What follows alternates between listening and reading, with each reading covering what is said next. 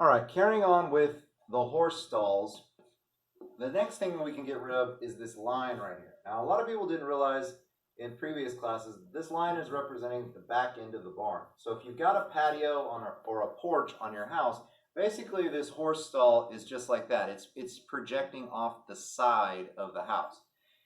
It's held up by 4 posts. These posts would have been about 6 inches by 6 inches square, and they would look exactly like the table legs of the table that you're seated at. So when you draw them, you're actually going to use 3 vertical lines because you're seeing the front and you're seeing the side of the post. And so we're going to do the 2 at the ends first. So here at the front, and then way back here, in this case on the edge of my paper, at the back.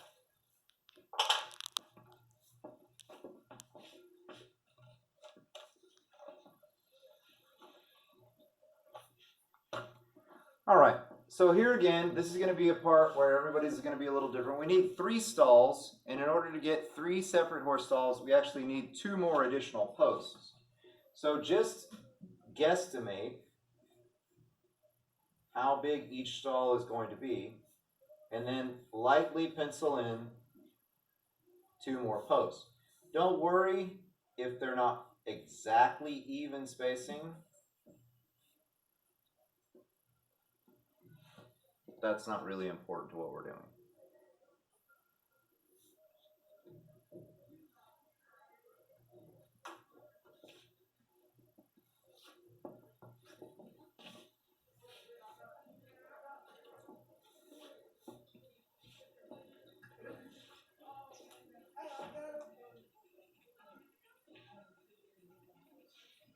All right, next we're going to turn our attention to the metal on the roof of the horse stall. So the first step, again, is to match the angle and the spacing of the previous panels that we've done, as well as the 45-degree angle that the roof is pitched at.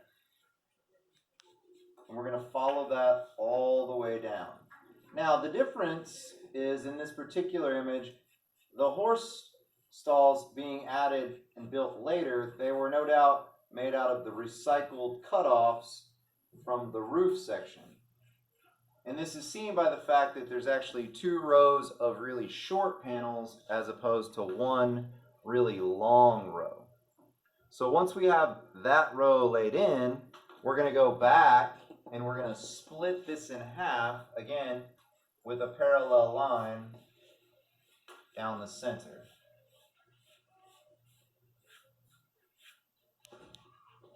Just like that.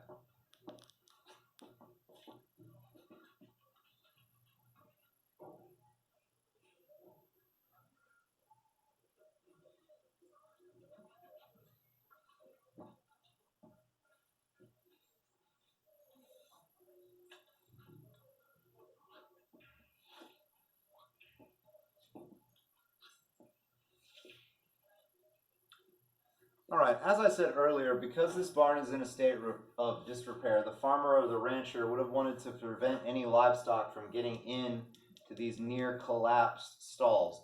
So they're boarded up with 2 by 12 by 12 boards, so really long, large boards. The first one sits, again, at a strange angle compared to the side of the barn, and is nailed directly to this post. So when you overlap it, you're going to have to do just a little bit of erasing on the edge of the post.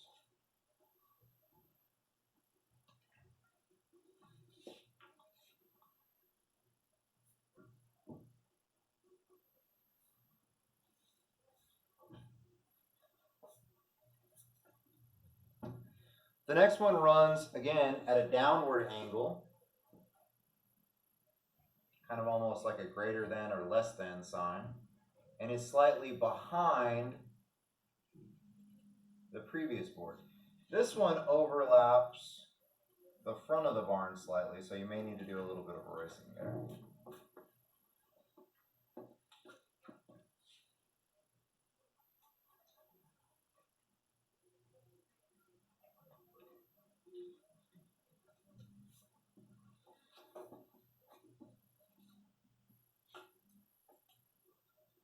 All right, the last board for this first opening is at the bottom. It needs to be parallel to the ground, just as wide as the previous two boards, and slightly behind the last one that we penciled in.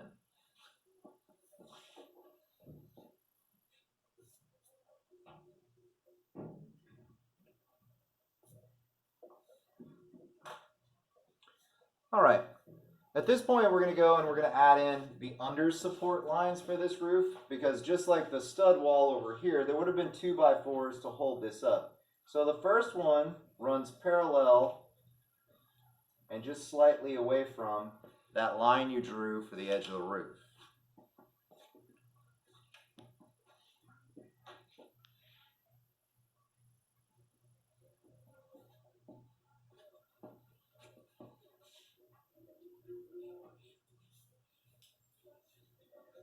Next, each of these gaps will have one at the top where the metal meets the tops of the posts. And again, it's going to be very thin, but it's one of those details that makes the picture believable, especially to anybody who's familiar with barns or construction.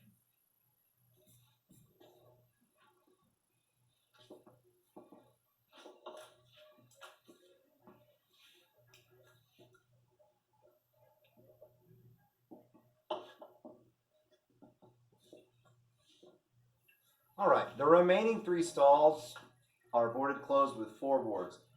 The first stall, the plank is sitting at about a 30-degree angle, and the corner of it has fallen into the ground, or at least to the ground. So depending on how you drew your ground,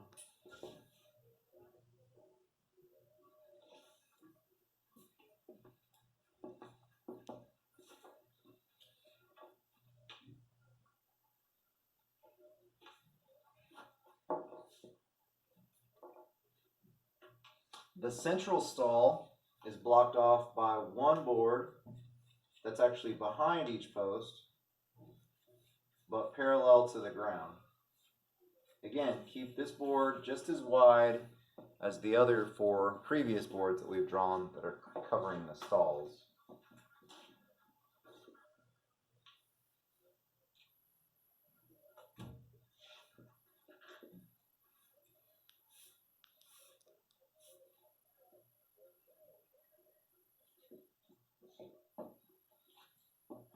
All right, and the last stall is covered by 2 boards running at downward angles. These boards, just to create interest, are slightly smaller than their counterparts.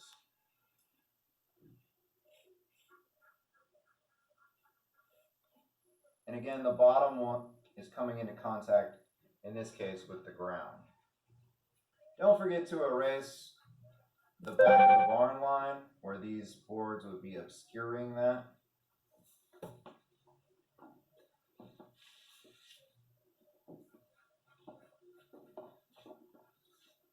The next time we pick up with the video, we'll begin shading the structure and adding further details. Thank you.